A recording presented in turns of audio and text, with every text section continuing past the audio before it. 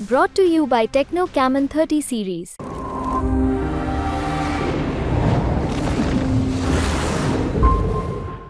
वंदे। दोस्तों, माननीय supreme court ने मुझे 21 दिन की मोहलत दी थी।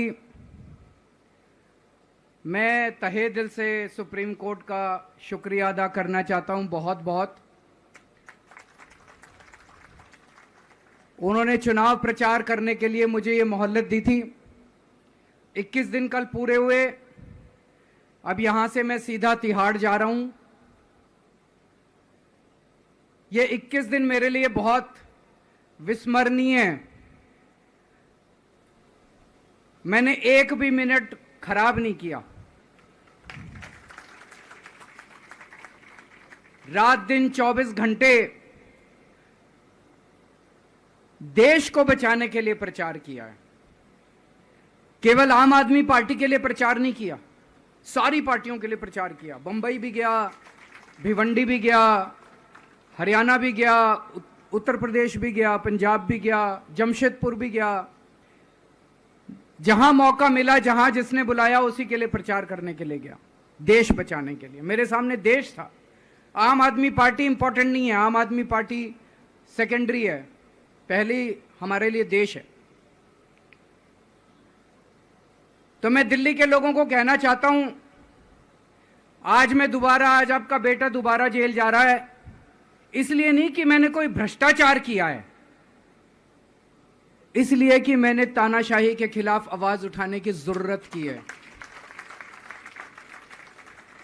इस प्रचार के दौरान एक सबसे बढ़िया बात यह हुई कि सारे देश के सामने प्रधानमंत्री श्री नरेंद्र मोदी जी ने यह कबूल किया कि उनके पास मेरे खिलाफ रत्ती भर भी सबूत नहीं है।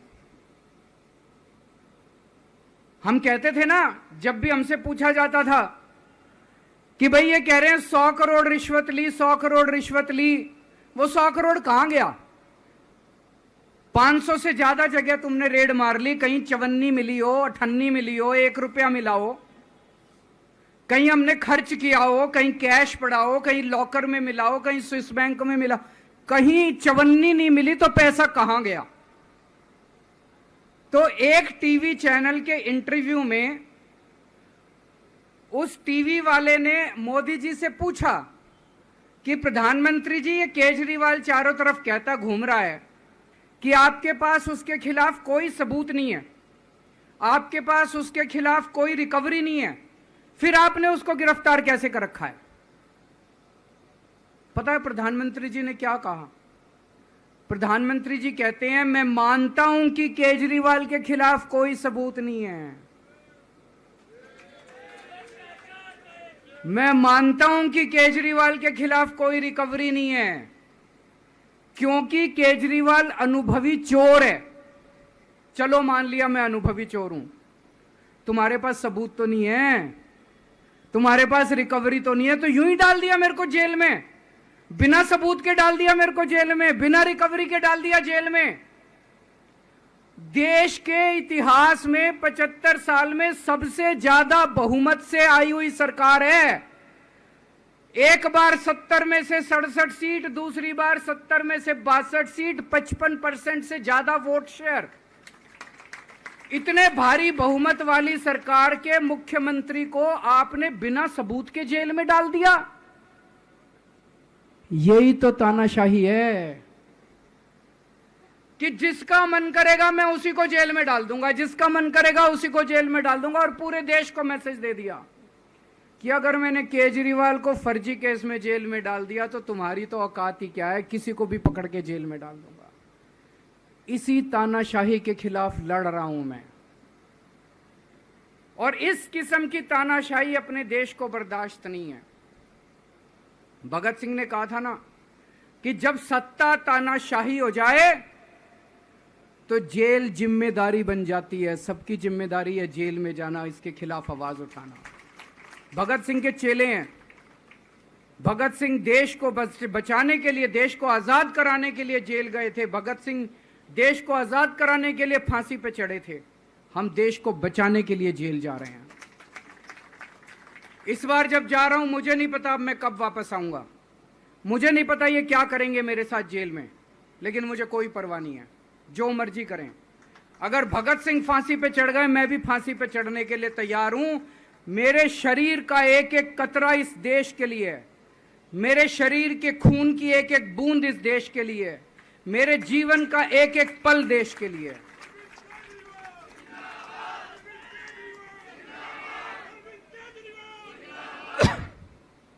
अभी मैं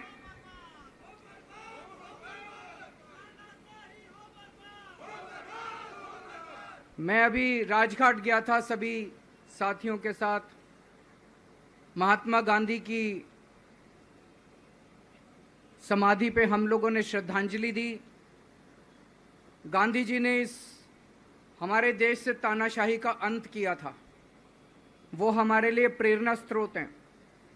उसके बाद हम कनॉट प्लेस गए, हनुमान मंदिर, वहाँ पे हमने हनुमान जी के मंदिर में जाके हनुमान जी का आशीर्वाद लिया। 4 तारीख को भी मंगलवार है, भली करेंगे बजरंग बली, करेंगे कि नहीं करेंगे? बोल बजरंग बली की। इनका नाश करेंगे, तानाशाहों का नाश करेंगे। अपने को किसी व्यक्ति विशेष से अपनी कोई दुश्मनी नहीं है, अपनी दुश्मनी तानाशाही से है, तानाशाही बर्दाश्त नहीं है अपने को। तो 4 तारीख को भी मंगलवार है और बजरंग बली का मेरे ऊपर, पार्टी के ऊपर बहुत आशीर्वाद है, देश के ऊपर बहुत आशीर्वाद है। मैं प्रार्थना करने गया था बजरंग बली को कि हे बजरंग बली, मेरे देश को बचा लो। अभी कल एग्जिट पोल आए हैं, मेरे से लिखवा लो, सारे एग्जिट पोल फर्जी हैं, बिल्कुल फर्जी हैं। एक एग्जिट पोल वाले ने राजस्थान में टोटल 25 सीट है, उसमें 25 में से 33 दे दिए उन्होंने बीजेपी को। ऊपर से आया होगा भाई बीजेपी को ज्यादा देने हैं, तो उसने कहा मोदी जी क्या याद रखोगे आप भी, आपको 25 में से 33 दे दिए। तो पूरा का पूरा फर्जी है, पूरा एग्जिट पोल फर्जी है। लेकिन असली मुद्दा ये है, इनको गिनती से 3 दिन पहले फर्जी एग्जिट पोल कराने की क्या जरूरत थी, ये समझने वाली बात है। मेरे को भी समझ नहीं आया, कई सारे लोगों की कई सारी बातें चल रही हैं। एक ये चल रहा है कि इन्होंने मशीनों का घोटाला कर दिया, लेकिन मैंने संदीप पाठक को भी बोला है और मैं सारे इंडिया गठबंधन की पार्टियों को बोलना चाहता हूं, अपने अपने काउंटिंग एजेंट को बोल दो पूरी तरह से सतर्क रहे। आखिरी तक अगर हार भी रहे हैं तब भी उठ के ना आए। कई बार क्या होता है, 1 राउंड में, 2 राउंड में, 3 राउंड में हार गए तो उठ के चले जाते हैं, उठ के नहीं जाना। सबसे लास्ट में रैंडम जितने बूथ होते हैं, ईवीएम मशीन होती है, उसकी पर्चियां पड़ती हैं। उन पर्चियों में से 5% पर्चियां उठाई जाती हैं। उन 5% ईवीएम की मैचिंग वीवीपैट की स्लिप से कराई जाती है। वीवीपैट पे जो स्लिप है उसकी काउंटिंग होती है, जैसे बैलेट पेपर की काउंटिंग होती थी, और उसकी काउंटिंग और ईवीएम की चेकिंग होती है दोनों की। एक भी मशीन अगर मैच ना करे तो वहां चुनाव रद्द कर दिया जाता है। तो अगर आपने ये चेकिंग कर ली वहां पे, तो इसका मतलब फिर ईवीएम का घोटाला हम बचा सकते हैं। फिर ईवीएम के घोटाला अगर कर रखा इन्होंने तो हम उसको एक्सपोज कर सकते हैं। तो सब लोगों ने लास्ट तक रुक के, आपका कैंडिडेट हार भी रहा है तब भी आखिरी तक रुक के आपको ये ईवीएम की चेकिंग करा के आनी है, ईवीएम और वीवीपैट की मैचिंग करा के आनी है। एक थ्योरी ये चल रही है कि इन्होंने इतना ज्यादा सीटें इसलिए दिखाई क्योंकि इनके लोगों ने शेयर मार्केट में इन्वेस्ट कर रखा है, और कल जब शेयर मार्केट खुले तो बम्पर होगा, तो ये अपने शेयर बेच बाच के खुद तो निकल लेंगे। बाकी एक थ्योरी ये चल रही है कि अफसरशाही पे दबाव डालने के लिए अगले 3 दिन में अफसरों से उल्टे सीधे काम कराने के लिए एक माहौल बना दिया गया। भाई आ तो हम ही रहे हैं, तो हमारी बात मानो, उल्टे सीधे काम करो, काउंटिंग में गड़बड़ कराएंगे, सब कुछ करेंगे, लेकिन फिर से मैं कह रहा हूं, अपने को, अपने काउंटिंग एजेंट, एआरओ, सब आरओ, सब लोगों को अपने को ट्रेन करके भेजना है और अपने को चौकन्ना रहना है। बाद में हम कहते रहे इन्होंने ये कर दिया, उसका कोई फायदा नहीं होगा। अभी अपने को चौकन्ना रहना है। एक थ्योरी ये चल रही है कि अगर इन्होंने कल ही कम सीट दिखा दी होती एग्जिट पोल वालों ने, तो हो सकता है कि इन दोनों के खिलाफ आरएसएस में और बीजेपी में कल ही बगावत शुरू हो जाती। 4 तारीख तक इंतजार ही नहीं होता, हो सकता है।